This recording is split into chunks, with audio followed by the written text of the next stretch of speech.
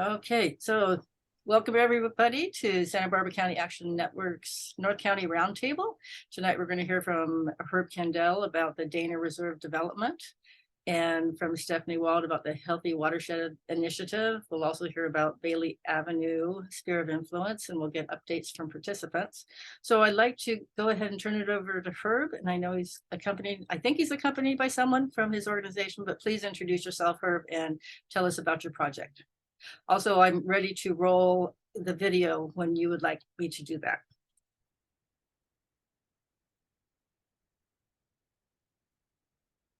And if you would turn your microphone on, we would be able to hear you. Thank you. All right. Yeah, my name's Herb Kendall. Thank you so much for putting me on the agenda and the issue at hand. And especially since this is a property that's across the river. And I know you guys have a precedent of looking at issues that interrelate to northern Santa Barbara County. The rail spur would be an example, I think, of one that you did weigh in on. And I'm hoping to make the case that you folks might weigh in on this particular project. So currently I'm working with a local citizens group called the Nipomo Action Committee and on an alternative vision for the Dana Reserve project, which we oppose in its current form. The project itself is located on what's used to be called the Cañada property. So if you're driving south just before you get to Nipomo and you look toward the ocean, before you get to the frontage road and the furniture area, you'll see a large area of oak trees, and that's a property about 288 acres. Then the proposal actually calls to build about 1,500 homes, and in so doing proposes to remove 3,948 oaks and with associated maritime chaparral habitat.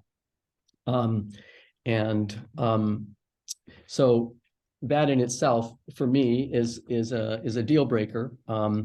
The property has had a county land use plan for it, the Cañada Preserve Plan, and many of the elements of that plan. So it will be developed eventually. It is in the sphere of influence, but some of the aspects of that were, number one, to protect the oak woodland, oak habitat preservation, designation of his existing oak forest and habitat for open space preservation, where limited recreational open space would be allowed. That was the designation from the county. By the time the project came out, there were no oak trees left, and many of the other elements that the community might like were gone. So I want to get to the water issue because Neil will speak to, and I guess Neil Havlick will be the second part of the presenter here. He'll talk more about the oaks and the EIR, but I'll mention that particular 280-acre parcel, so Willow, Sandydale, Pomeroy, Hetrick, Cherokee Road, if you're familiar with Nipomo, some of the other issues with it is it doesn't provide a balance, as was designated in the county plan, for housing to job ratio. We don't have the infrastructure for the traffic that's proposed. There's something like 6 years of air quality violations happening in the construction process itself that are unmitigated, and including greenhouse gas emissions. And again, the biological impacts, which I referenced. And I think this would be a great time to get a visual of the property with the drone video. And, I think if you want to roll that gives you a nice picture of what's at stake. Okay, we'll go to that now. And this is about 3 minutes, and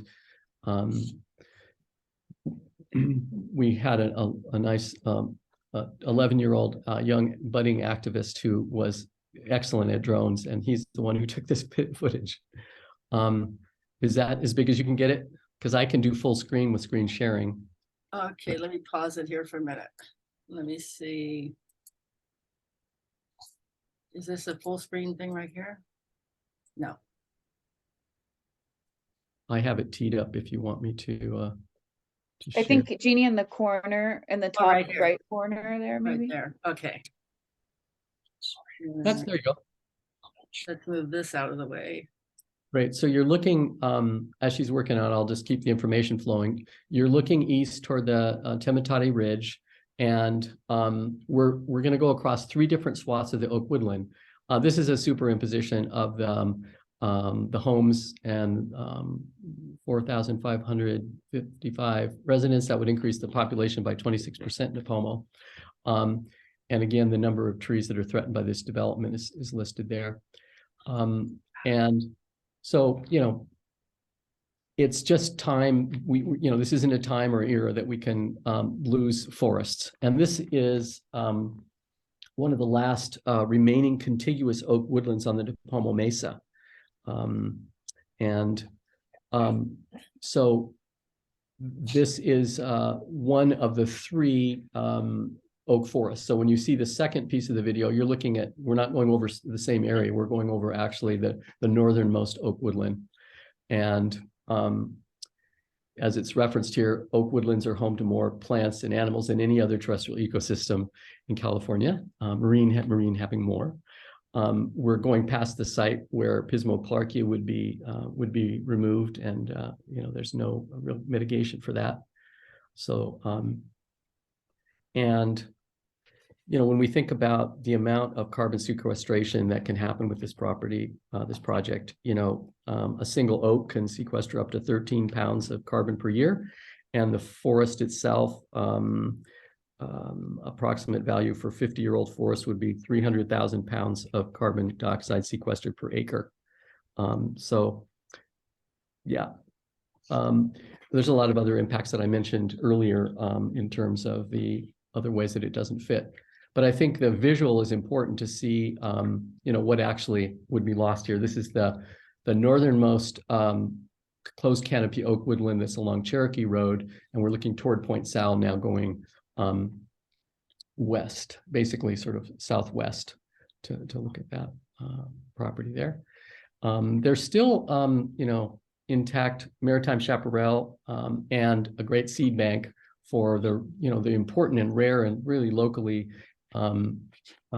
specific plants in this area, including like shagbark manzanita and Ceanothus impressive variety nipomensis. So that gives you a quick visual there. But I think that it's really important to link the issue of water. This is a developer's statement. He's saying that this project which is true, it has been adopted by the Nipomo Community Services District.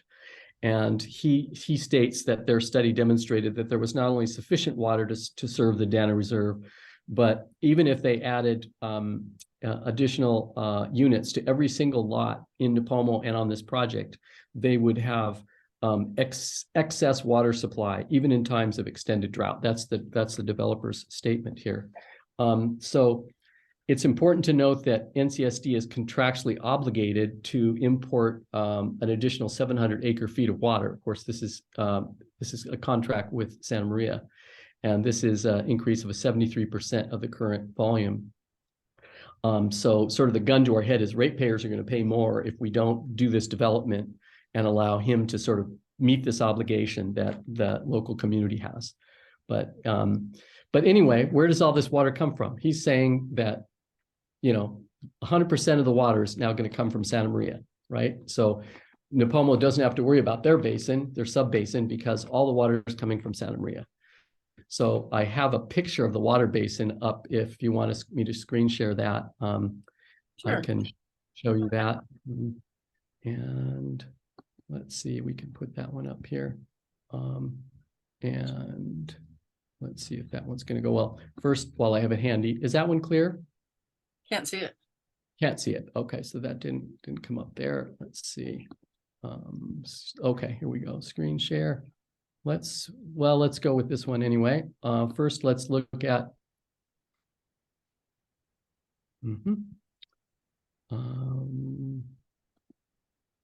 You getting something there? Yes. Okay. So this is the Nipomo waste. This is the most recent a graph that shows the trends of the water basin from 1975 till current times. So we're below the top line is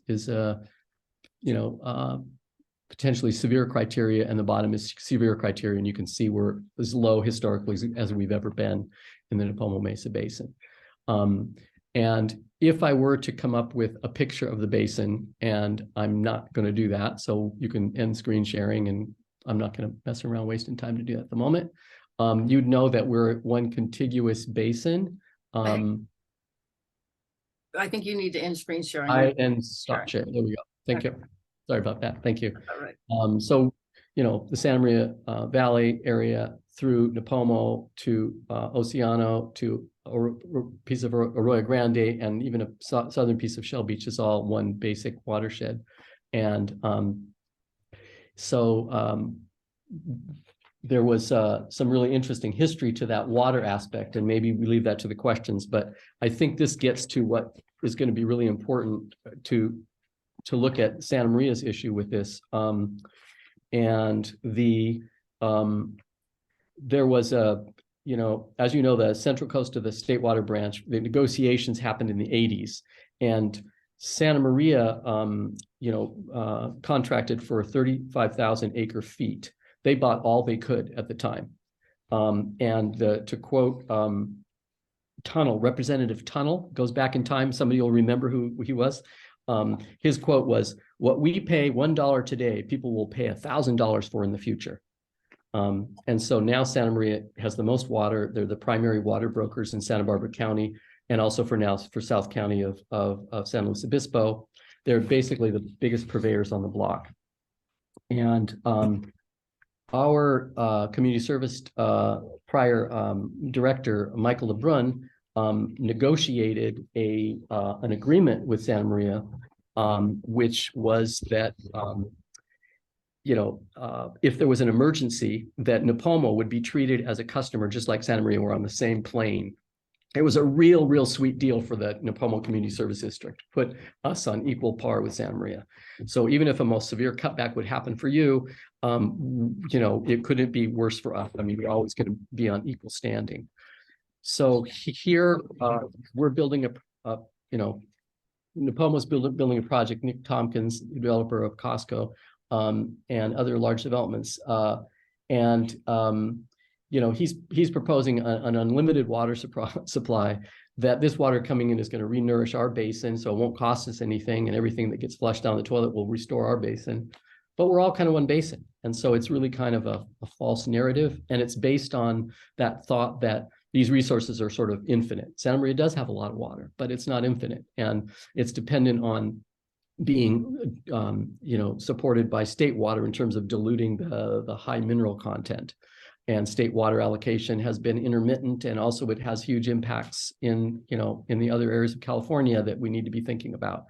So this is the narrative that's going forward. There's a lot of momentum on this project. The next steps have to do with, it'll come to the Planning Commission in March, and then the Board of Supervisors in May. Currently, even with Bruce Gibson being elected, we may have a majority for this project at this point. So there's a lot of momentum. Nick is very connected.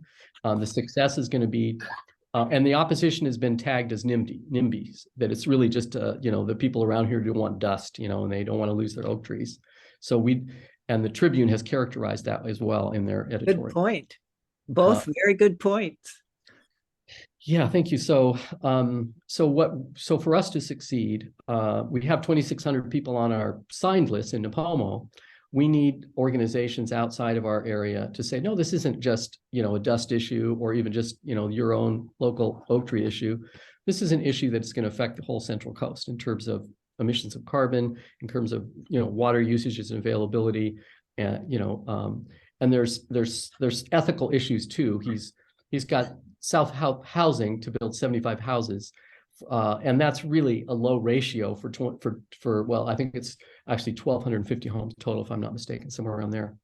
So it really doesn't meet the social obligation it should have when we develop it to have a higher percentage of affordable housing. So I feel like I should probably stop there and there's lots more information about the water, but maybe that's a good stopping place and see if Neil wants to add a little bit in. And can you hear us okay, Neil? Yeah, I guess I would say, can you hear me? Yes, just barely. Okay, I'll do what I can here. Okay, that's better. Okay, the project was subject to a full environmental impact report. That report was completed. Public comments were solicited and sent in. And they are being reviewed at this time. And then what's called the final environmental impact report, which is the draft report, the comments that people made, and the responses that the writers of the EIR made to those comments constitutes the final EIR. And then that goes to these meetings that Herb referred to, which we have heard will be in the springtime sometime. The major criticism, and this came from several entities, not only just in the Nipomo area, but from the San Luis Obispo chapter of California Native Plant Society, the San Lucia chapter of the Sierra Club, and other groups, was among the following was that there was really no mitigation for the loss of the oak woodlands and the Burton Mesa chaparral and the rare plants and animals that constitute the habitat. What was being offered as, quote, mitigation, unquote, is to place a conservation easement on a piece of property some miles away that's in the canyons of Upper Nipomo Creek that is under no threat whatsoever. It's a remote piece of property, and it's not really the same habitat.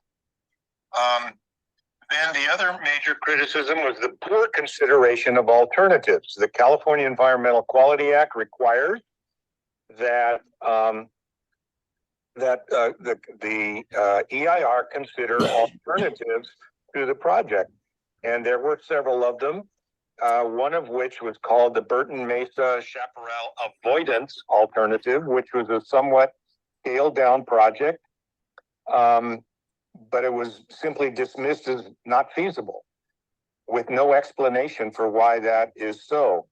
So the recommendations that came from both the California Native Plant Society and from the Sierra Club was for a smaller project. And this Burton Mesa Chaparral avoidance alternative would still be a very large project, about 600 homes, but it would avoid the oak woodlands and have a commensurate reduction in other impacts on the environment. And so that is what we have been pushing for, and we're waiting to see what the response is to the criticism that the consideration of alternatives was very, very what should I say? It was very short shrift. And also the fact that the mitigation that was being outlined isn't truly mitigation, because that mitigation is replacing what's lost and promising not to cut down trees over there if you can cut down trees over here isn't really mitigation. So that's really where the project is. We're kind of waiting to see what it's going to be like in terms of the final EIR and the project. And we'll see where it goes. But conservation groups have been arguing for a smaller project that would have the same range of housing alternatives, excuse me, that the current project alters, but it would eliminate most of the single family tract homes, which is where the oak trees are going to be obliterated. And we think that might be an acceptable alternative. And as we said, 600 units is still a pretty big project. Herb, and if folks have questions, we can see what we can do to answer them. Okay, so we have a couple of questions in the chat, and then we have one person who's raised her hand, and if anybody else wants to raise their hand, we'll go in that order. I'll take the questions from the chat first, but something's already been answered. One question was from one person is, who is the developer? Where is this development of pipeline? And is any of this low-income housing? So I think you've answered the second two things. I'm not sure, did you say who the developer is, or did I miss that? Tompkins is the name of the developer, right? He's a Dana family member, so he called it the Dana Reserve, and there's a lot of fancy talk about, you know, the Dana family, but anyway. Dana, you're saying? His name is D-A-N-A? Nick Tompkins, and he's related to the Dana family. So I guess I would go more into details about some of the projects he's done. He's done a lot of big projects. He's been around a long time. He has a lot of influence and liquid capital. He's used capital to actually buy that parcel that Nick talked about in the foothills, you know, as an anticipation of mitigation, which is not mitigation at all. He's also bought other parcels to try to create traffic calming. So he's used his capital very effectively to try and ameliorate the objections and his objections. Yeah. Okay, I want to let you know in the chat that Nadia is taking notes, and you can click on that link for the notes. There's a couple other comments, but no more questions there. So let's go to Janet. And what is your question? I was going to ask how much water is used in oil production in your county. Oh, I'm sorry. I wish I was an expert on that, but I don't know. Okay. Nor do I. Mm-hmm. I want to welcome Virginia Souza and LaWanda Lyons Pruitt. Thank you for coming. All right, do we have other questions? Would anybody like to raise their hand? Any comments? Sorry, I missed it. Maybe I was taking notes, but there's no designated affordable or low income units in this? There's workforce housing. Okay. Was what was necessitated, and it fulfills a county requirement. The county one of the reasons it checks a box for the county is because it takes care of a large percent. I don't remember the percent, but it's a high percent of the whole county's requirement for workforce housing. Does not mean affordable housing, and the 75 units by the People's Self-Help Housing would be maybe closer to an affordable housing opportunity, but So would the whole thing be workforce or just a percentage of? Small percent. Okay, thank you. For him to make it pencil out, he's selling a lot of these lots that will, as Neil said, obliterate the other. And that's how it's penciling out for him. He says he doesn't, when the county looked at the criteria with the owner, the county kind of got in bed in a way, looking at which were the prerogatives of the county and which were the prerogatives of the developer. So I did a long interview with the senior planner, and they made a lot of concessions they shouldn't have. One of which is to your question. Got it. Thank you. Jana, please go ahead. This is for Nadia, because I don't know why I can't see everybody who's in attendance at this meeting or a name. It's always either been a face or a name. Yeah, so Jeannie, Janet, that's something on your own personal settings, because it's not how it is for me, and I'm actually not the host of this meeting. But for me, when I go into like the top right corner, there's something that says view, and you can usually change it there. Well, I'm saying gallery, and I get well, now I have. See where it says hide non-video participants, you can uncheck that, and then you should be able to see everyone. It was already unchecked. It was never checked. But anyway, thank you. I won't take everybody's time. As long as we're having fun over here, here's a different point of view. Let's see. Can you see us all now? No. I see a calendar. We can go into different points of view here. Immersive view. So, That's my head. okay, I'm Well, going I'm pretty sure I shouldn't be looking at my December school board calendar. back. So I don't know what just happened, but now I Well, need to find Zoom again. I just did an immersive view, so it just did a weird thing. Okay, Indeed it did. That was fun. enough playing around with that. Herb, did you have something to say? I was just going to say that, one of the agriculturalists in Santa Maria who are drilling deeper wells and who are concerned about, the rapid development. And I've met several in my practice who are interested in weighing in. And I think as many folks as we can get who are looking at these issues in Santa Maria, I think it's the key piece that has convinced a lot of people that it should go forward, is that we're not, it's no skin off our noses, and we're actually going to get water from your basin that's going to refill our basin, and we're connected. Yeah, we're connected. Janet, did you have anything else? I see your hand still up. Or is you just left your hand up? You're muted. Oh, okay. Nothing else? Okay, well, we're gonna need to move on to the next topic. So we will take this issue to our board to get their decision on what to do next, if we want to join your effort and try to recruit more people to help. Janet is one of our board members, so I'm sure she'll have a lot to say about that. And our 3 staff members are here, so we'll give input on that too. And can you just say one more time the dates of the next meeting? The planning commission meeting, you said? Planning Commission, March. March, and the Board of Supervisors is scheduled for May. Okay. Thank you very much. Thank you so much for having us. Thank you, Herb, and thank you, Neil. Really appreciate it. Okay, bye. I'm going to hang out and listen to Steph for just a few minutes too, if I may. Okay, and then tell Donna happy birthday. No, thank you. Thank you all so much for the time and your consideration. Okay, we'd like to move on over to Steph now, and if you could begin the conversation, and I'm going to add to it after you've given the overview, and I'll add what part SBCAN is playing in this. Great. Thanks for inviting me back to talk about where the Santa Maria River Healthy Watershed Initiative is going.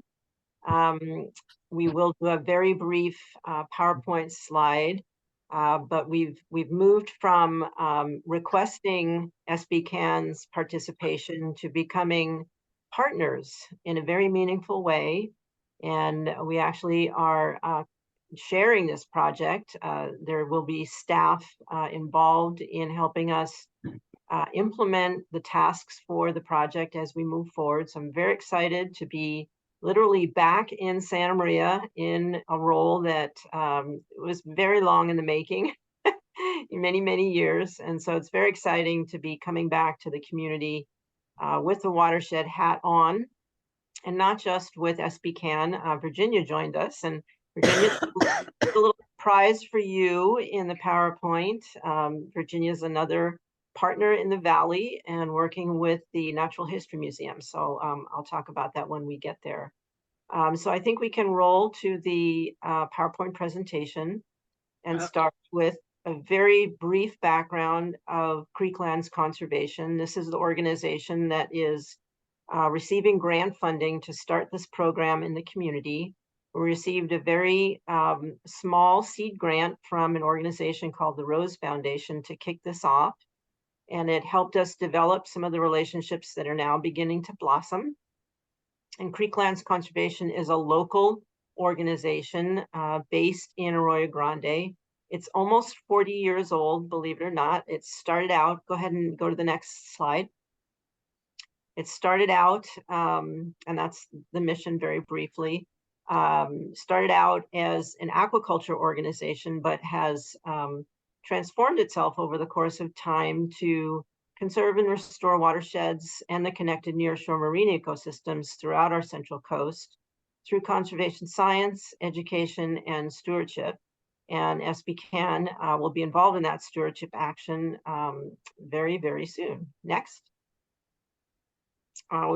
This is only a small part of the staff, but this is part of the staff that will be working with SBCAN in terms of training and getting folks out into the estuary to do water quality monitoring. Next.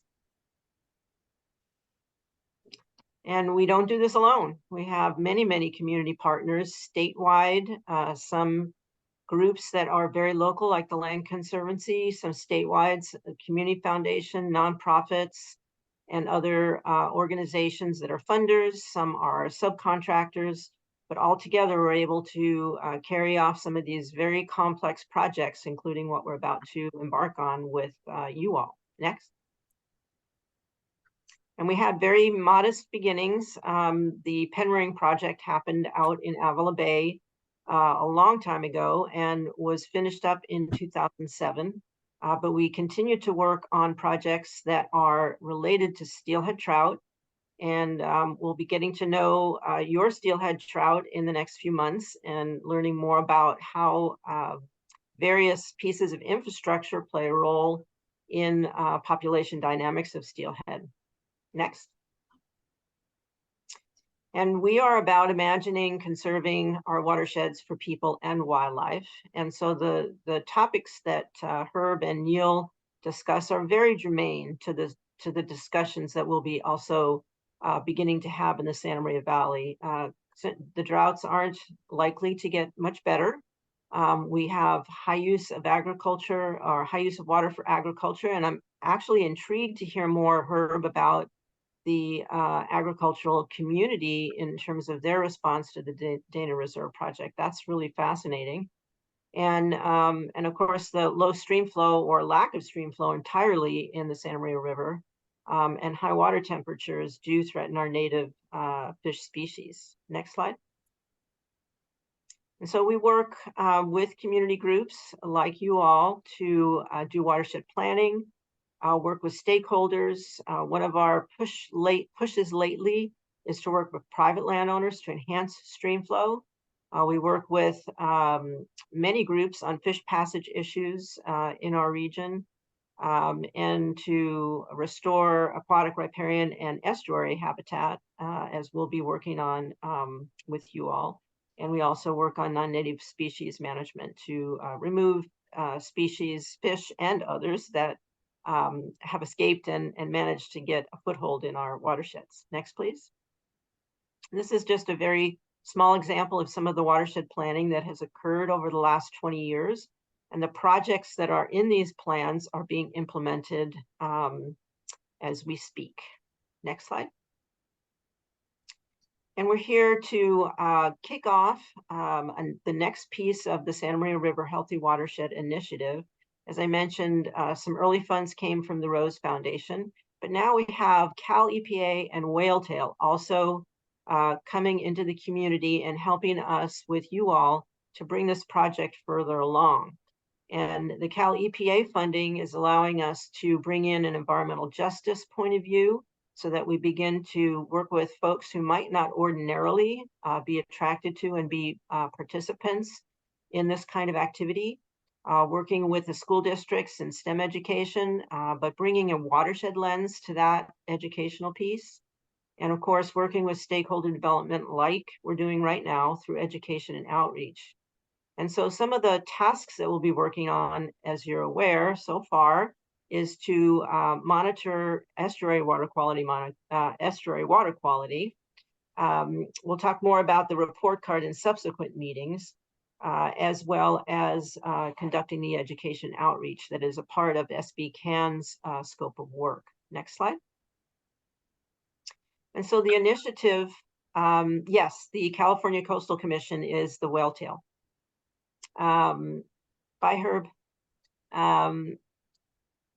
And so the Healthy Watershed Initiative will include developing 2 water quality monitoring training sessions for the Santa Maria River estuary. We've actually done some for cause already. So now we're getting SBCAN's folks involved in the training. And it's beginning to look like we're going to call this thing the Clean Water Team. But that's going to ultimately be up to the folks that are actively doing this work. We're here as an advisor and a trainer, but it really is hoped to be a community activity that that you all own, and we are there as a support. In addition, the funding will help us further a process called a watershed report card, where we will be together, putting together a way to tell the outside community, the rest of the community, how the watershed is doing, what is its health. And that's, as I said a moment ago, a much more expansive process that you'll be hearing more about. Next slide, please. And the Natural History Museum. Thank you, Virginia Sousa, for your interest in participating in the Healthy Watershed Initiative. We've been working with the Natural History Museum to update the steelhead trout exhibit, which I think is coming close to being finished. We'll be very soon helping the Natural History Museum update the Nature Journal so that the exhibit matches the Nature Journal. And we'll also be planning for general public presentation on the status of steelhead in the watershed. And we'll be helping to train the docents at the Natural History Museum to use the updated exhibit. So I threw some one historical photo in there. Those are steelhead from the Santa Maria River once upon a time, and maybe someday again in the future. That really says something. And this is our entire watershed. And I just threw a couple of inserts in there. Twitchell Dam is a very important piece of infrastructure. It's allowed the Santa Maria Valley to develop the way it has. And so agriculture benefits from the dam, and people benefit from the dam. And there's just one species that doesn't, and that's steelhead trout. And there's a person up there in the upper watershed that has caught an adult steelhead. And this is maybe about a 15-year-old photo. And so they do still make it up there, but well, they can't get past Twitchell because that's on the Cuyama, but they can still get up the Sisquoc.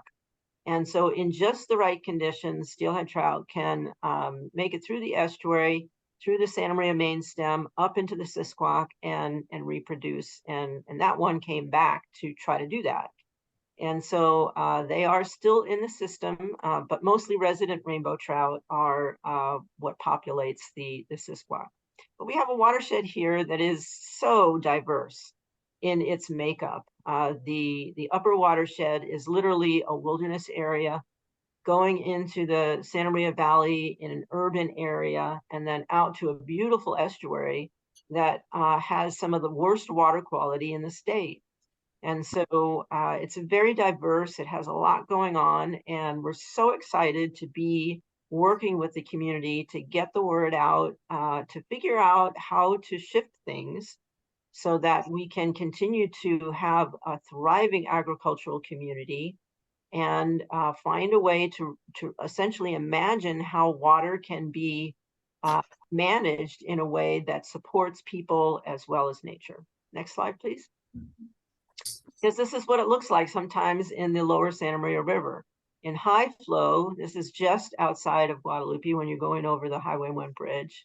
That's what it can look like. But it can also look like what it is on the right side when water, it's a very low flow condition when there is a release for agricultural recharge.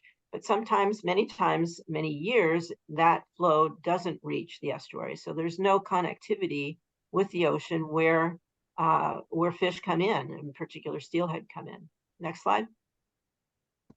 And so here's a picture of the estuary and some of the water quality monitoring sites that we were involved in doing about a decade ago.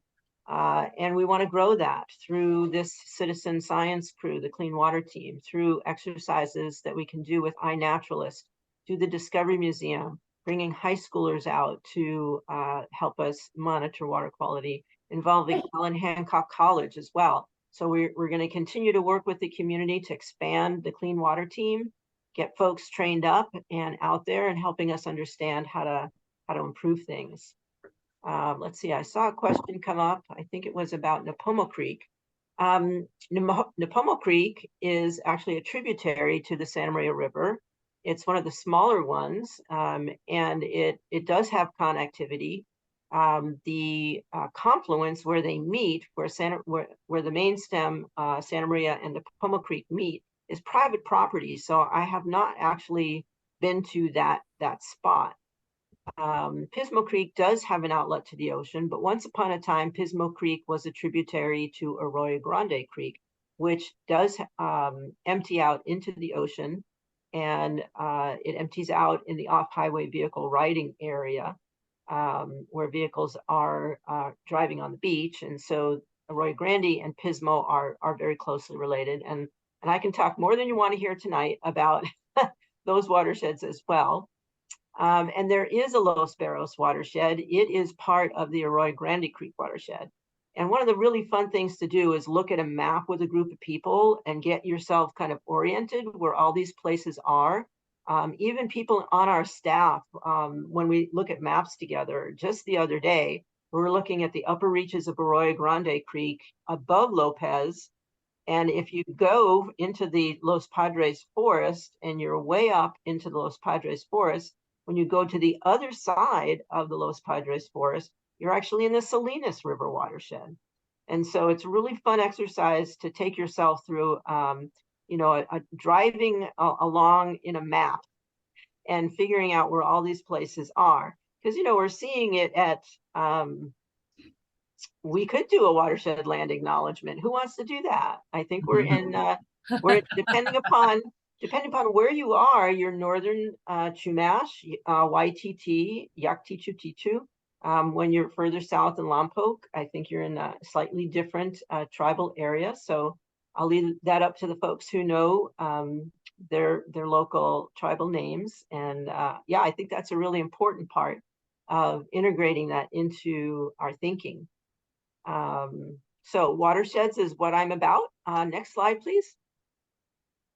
And I think this is getting close to the end. I'll just leave you with, this is what on the left-hand side, Santa Maria experienced before there were levees, and nice Santa Maria Lake right in the downtown and Broadway and Main. But our levees are a very important part of our ability to have Santa Maria Valley be Santa Maria Valley, and a very important part of recharge for the aquifer in terms of Twitchell and the levees. So they're not going away anytime soon. Next slide.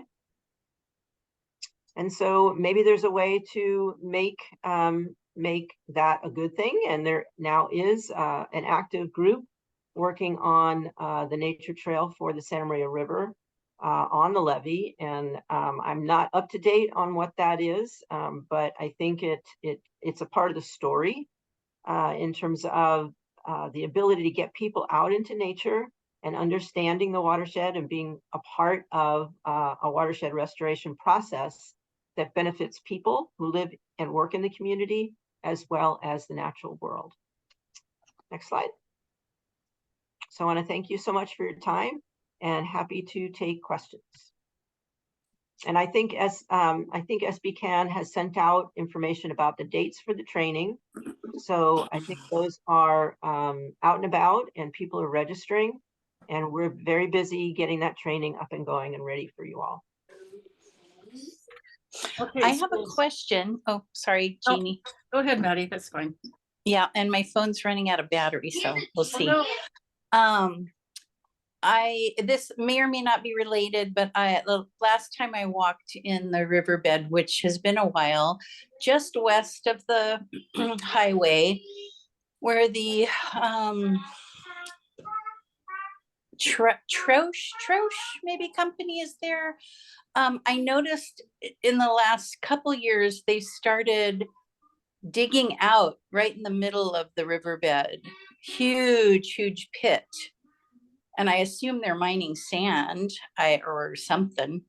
And yeah. I don't know, I never followed up to find out what was happening there, but is that part of? There are various leases under private ownership. There's one up on the Sisquoc. There's a gravel mining company up there. And I'm not familiar with the one that you're mentioning, but yeah, those are all, regulated and permitted. And so, what does that mean in terms of watershed health? That's a really good question. I don't have an answer to that. Because I'm thinking, what is the city, assuming the city is earning some kind of city or county, probably it's right in the middle of the river. earning something from that, but is it equivalent to the damage that's being done? I mean, water accumulates there, but also just the, messing with any environmental things. Okay, well, Thank you. we'll put it on the radar then. Yep. I'm just going to share some information that we sent out. Nadia's put the link in the chat, but we were looking for people to help out with the testing in the watershed. And SBCAN is really going to try to get an underserved community there, high school students, people from the local community, but we are not turning anyone down. We've got interest from people who are in Santa Barbara, and the college students, and some other people in Santa Barbara. So we will take everybody who is interested. I'm just going to share my screen for a minute to show the, oh, it's not showing up. Oh, this is it maybe. So this is our website. And if you go on our website and usually it shows, if you have it expanded, it'll show Clean Water Team, where you can go under more and click on Clean Water Team, or you can go to the link that Nadia's put in the chat. But we're asking you to sign up. We have training going on via Zoom on January 23rd from 4:30 to 6. We have infield training on Saturday, January 28th from 9 to 11. And if you scroll down, you can sign up. And I'm already signed up, but otherwise, if you weren't signed up, it would have some information for you to fill out here. So we'd like anybody who's interested in doing that to come, and at the Zoom, we'll tell you more about what the infield training will be like, so you can be more informed about that. And I think Stephanie has pretty much covered everything. So I just would like to open it up for questions now. Virginia, is your question directed to me or SBCAN? Anyone really. I don't know anything about the subject, but I've been thinking it's long overdue that we have some sort of a filter that all the city's projects go through, and water would be an important one. Yeah, the city must have that in any project EIRs. But how an EIR is scoped and how an EIR is put together is really up to all of us to become involved and make sure that the categories that are required in CEQA actually end up being in the EIR. And climate is a part of EIR requirements. Natural resources are requirements as well. But it's always a good idea to be in attendance as these processes roll forward, so that your opinions can be integrated. And SBCAN has been working with CEC and other organizations and the city on this city's general plan update. Unfortunately, they haven't gotten to the natural resources part yet. We've given a lot of input on the housing element. We're waiting for them to actually get to natural resources so we can give input. And Steph is going to help us with that too, because she's our expert. But we do want to get the city to focus on that and do as much as they can, or much as they are willing to protect natural resources and to move that forward. So we can invite you, Virginia, to join that group. We'd love to have a representative from League of Women Voters and the Natural History Museum.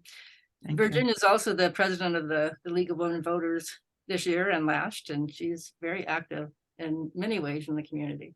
So, and I have to just throw this in because I've known Steph for I don't know how many decades, but she ran the original what'd you call it? It was an Earth Day Coalition. Earth Day Coalition in Santa Maria, like in what was that?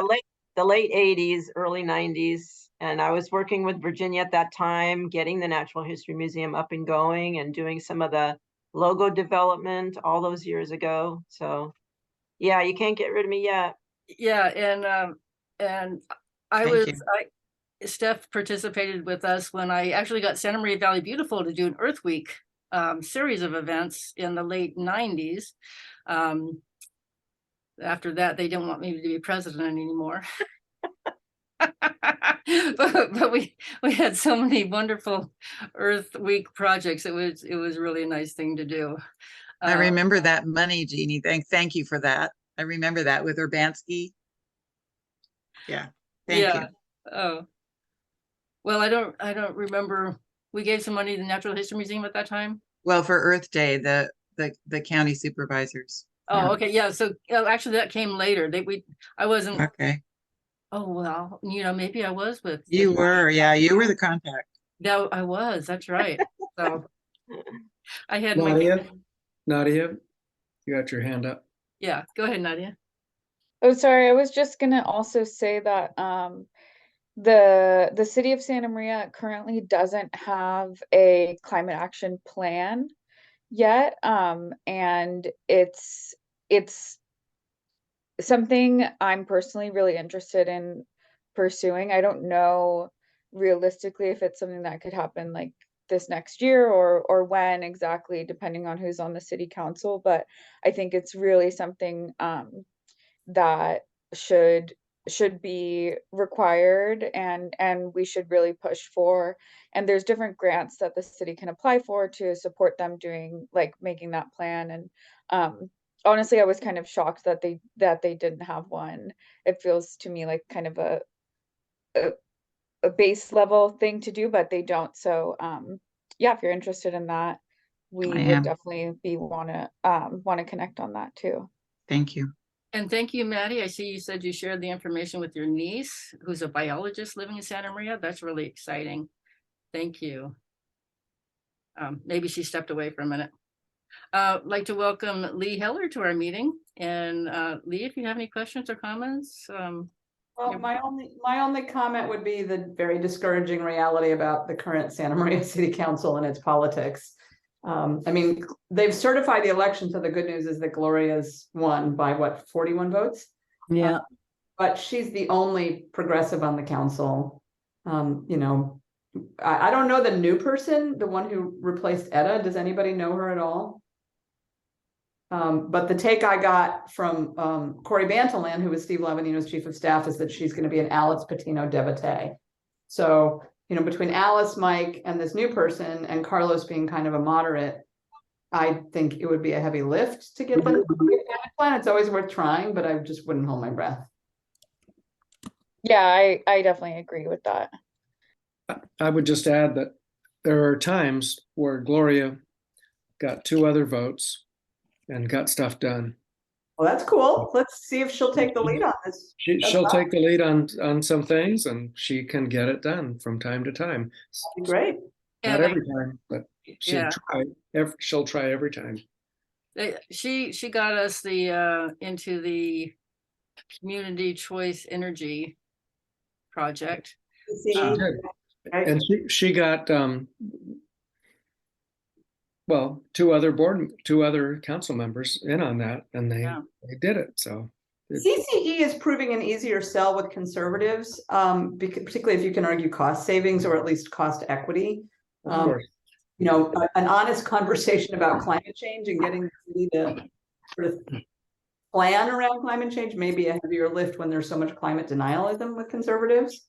But it's obviously worth asking them to have the conversation. Yeah. Yep.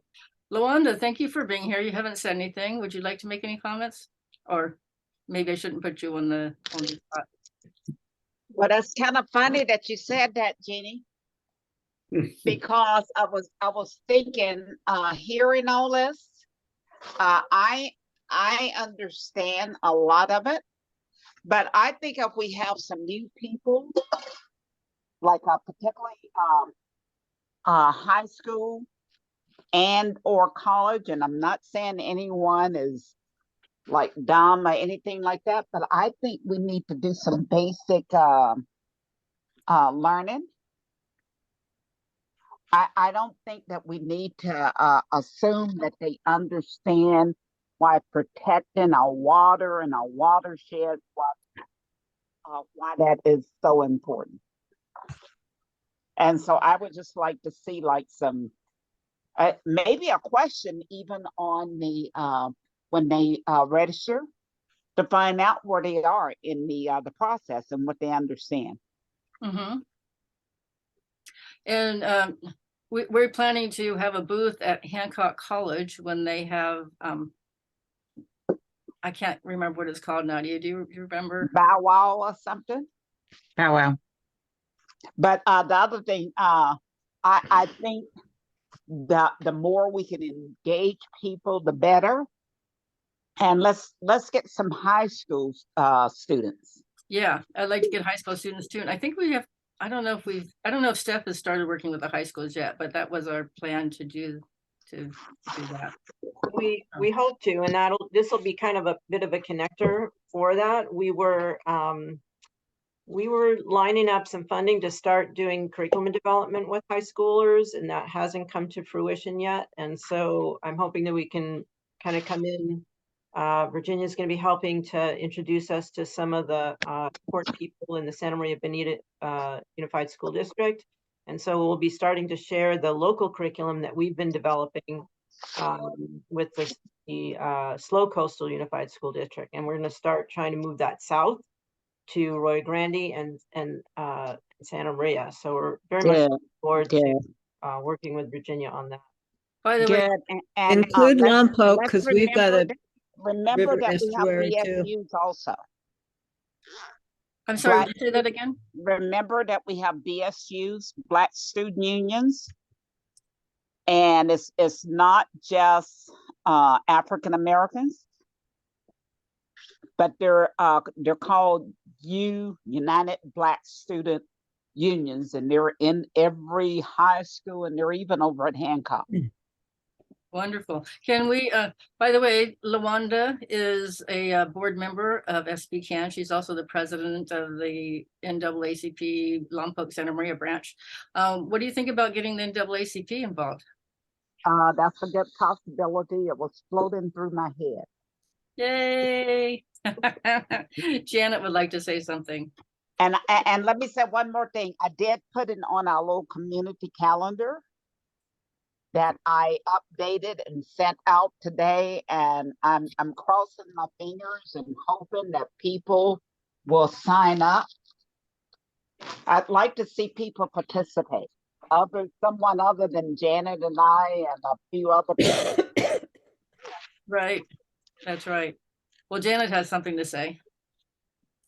I look forward to when the Creeks Project can help us in Lompoc with the San Ynez River estuary, where our city had been mistakenly letting water from the water treatment plant into the estuary. And then we had the issue with James Mosby in the estuary too, and his kayak. But anyway, that is an area we need to preserve as well. I couldn't agree more. How soon could we expand there, Steph? We're working on it. You folks up north will take care of the Santa Maria bed, and I'll wait. I don't want you to have to wait, Janet. So Nadia is saying she has to jump off at 6:15, and I think I have a comment. Go ahead. One more comment. I think that we should get Joan Hartman involved.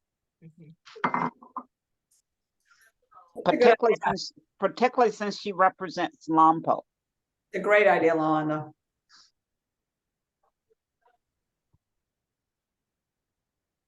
Okay. Yeah, I wonder if she would come out on a kayak. Get I a bet she out would. there on the river. I bet she would. Yeah, I bet she would. We're And gonna reach out. We're gonna reach out to her right And away. she's running for office, and Lompoc's now her district, so every opportunity for her to be there, she's taking advantage of as much as she can. We have a dedicated media person who will be joining us. There you go.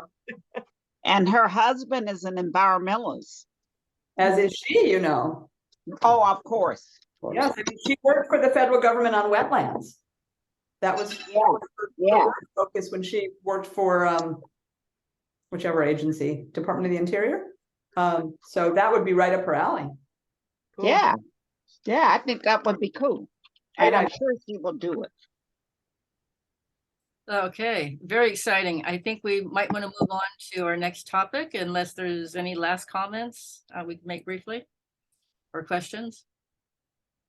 Okay, our next topic. Oh, Thank you so much. thank you, Steph. Really appreciate it. Thank you, Steph. Thank you, everybody. All right, Bailey Avenue is our next topic. And I think Ken will be presenting. We've been working on Bailey Avenue for 21 years that we've existed. And this is, I'm looking at who's here. Okay, you all know this. That was a pretty entertaining. I think Catherine Henry might not have known, been in all the history of it, but this has been going on since 20 years or more before we formed. And so today at LAFCO, the Local Agency Formation Commission, they agreed to put this off until February. Not happily. Well, most of them were happily about it. I think I was there the whole time, and most of them they weren't happy with. But there were two who are leaving the commission because they've either turned out in one case or got unelected in another case, and so they backed off, and it's just agreed. They didn't take the agreement was to not have a full staff report today. Just let it all go until February 2nd, or I think it's 2nd. Yeah. 2nd. And so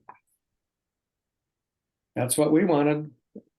I would have liked to heard the staff report, but well, and listening, it was sensible to not hear it.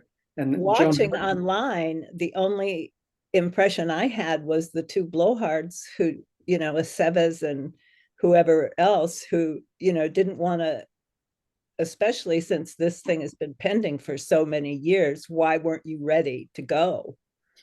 And whose idea was it to usurp the power of the board itself and decide that we were going to put this hearing off because it wasn't us, the board, right? Right, but it was. I mean, it was just ridiculous. The staff recommended it on the basis that we, EDC and SBCAN, EDC representing us, and a bunch of other people that we wrote to, and the city of Lompoc and the property owners all said, let's wait. This is a voluminous information, let's wait. And so that the two people that are now not going to be on there in February try to make a case, but so to deal with it right now when we don't have our people there.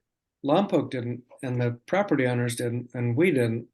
So I was very happy. It just turned out. I mean, I'm not like happy, woohoo, but I was relieved, I guess is the way to say it, that they just okay. We know who's replacing Roger? Roger, yeah. Do we know who is replacing him? No, that'll be coming up. The mayor's select committee gets to select that, and they haven't done that yet. As Sarah's pointing out, Etta and Sierra are going to be off as well. Right. Yeah, so Etta's going to be replaced by the mayor of Santa Maria. Oh. No, so no change in anything. If Roger's replaced by a Goleta City Council member, it's all good because we have 5 progressives on that council now. So that's a step up. Yeah, but the mayor's select committee has the say on that, so that hasn't been done. Got to be somebody from the council, right? No, it could be somebody from any council, I think. Oh, really? They don't have to have a Goleta representative? I don't think so. No, I don't. I'm pretty sure. I'm not 100% sure, but the mayor's select committee decides it. I'm texting Kyle right now. I can see. Please let us know. Okay. Anyway, who's here? Let's see. Okay. Well, let's ask if there's no other comments on Bailey, let's go ahead and get updates from participants. Who would like to give an update? Oh, thank you, Ken. No, thank you, Jeannie. Keep it moving. Don't let me go off. We're getting late here. So yep. Anyone have an event coming up they'd like to talk about or a subject they'd like to talk about? Well, I could talk about the city of Santa Maria contract for animal sheltering. Yes, but- please do. Oh my God. Well, okay. We haven't had anything on any agenda yet, so I'm keeping a look, Lee. Oh, for that, for yeah, you. no, it's not on the agenda yet. And one of the problems is that, as it turns out, the city manager is actually authorized to make this decision without a council vote. It's not clear what's going to happen. So very quickly, the county made the city sign a 5-year contract with cost recovery fee increases. This pissed the cities off. So they put out an RFP, the city of Santa Maria, and they got a proposal from Santa Barbara Humane, which we finally got a hold of. It's massively more expensive than the county. I mean, we don't understand why it wasn't just rejected outright. And we're trying to get some media attention drawn. And the reason we care is that Santa Barbara Humane doesn't care about animals. They sit on $50 million and they spend very little. They will not put resources into an animal with behavioral issues. They'll just euthanize. When the pandemic hit, they gave their executive director a 31% raise while furloughing their ground troops. And they do nothing in the way of food pantries or other community-based resources, whereas County Animal Services has these deep connections to the community that do a lot to help low-income pet owners. So this is an issue not just about animals, but also low-income community members who need assistance and, get it through the county, but would be basically stiff-armed if the city changed their contract to Santa Barbara Humane. And the city would have to stand up its own field services program, which would cost a lot of money. So this is a financial matter for the city of Santa Maria. And we've been trying to put pressure on them from a variety of angles and to encourage them. Oh, by the way, Kyle says it'll be up to LAFCO to make the decision. Not every city has an appointment. So you were right. So, if you know anybody who wants to weigh in, and I hate to say this, but preferably someone with not highly visible Democratic Party connections, because we know, right? We know that they take some people more seriously and less seriously than others. Count me out. Yeah, I know, Sarah. We've been looking for people with Santa Maria addresses and no visible political affiliation.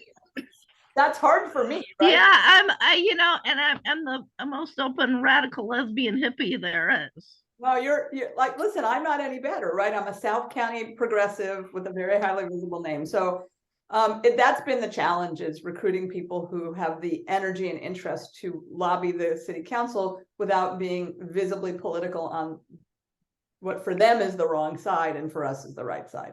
So anyway, that's the update. Thank you. Jeannie, you're muted. Whoops. Catherine Henry, did you have a question or do you want to do an update? Update flash. Every time I have a captive audience of anyone in North County, I am eventually going to get every single person here to be a patient greeter at our health center. I swear. I know all of you have heard me do this before, but if anyone has any interest, we're really trying to bulk up our program in Santa Maria. The protesters are out there every day and they're annoying at best and very, harmful most times. So if anyone is interested, I dropped a link in the chat of an application to fill out. Basically, you just stand outside for an hour, 15, and chat with patients and other folks and try to prevent antis from getting in touch with patients. But yeah, I'm coming for everybody. I'm gonna get everybody out there, stand on the sidewalk. I think that's probably a very important thing to have, because it's got to be difficult for patients to walk in with protesters out there. I will definitely be there with my ovarian tubes on my shirt and my fuck you on top of it. Lee is signing off. Thank you for coming. Oh, Mr. already. Okay, Catherine, thank you for that. Ken, you have something to say? Yeah. If you haven't seen it, seen Scott Fina's op-ed in the Independent. It's online. It'll be in the paper probably tomorrow, but it's online already. And I recommend it. Which paper? It's the Santa Barbara Independent. And it's about the protests that go on once a month out at the space base, protesting our country's, nuclear position. It's really a good read. I mean, Scott Fina is a really good writer. He's I don't know, I can't say enough about how he writes, and I've read this, and I might go up there and stand up with him. He's very, very talented. And he is, and just dedicated to so many causes. Yeah. So His wife is a assistant principal at the Vandenberg Middle School in my school district. Did you know that? no, I didn't know. Well, Scott Fina, just in case y'all didn't know it, but he got the logo, the Columbus ship logo changed for Santa Maria Joint Union High School District. And it's the range of things that he deals with. From that to nuclear Armageddon. I'm hoping that he can help me get Cabrillo Conquistadors. Yeah. What year is this? I'd like to know. Okay, any other updates?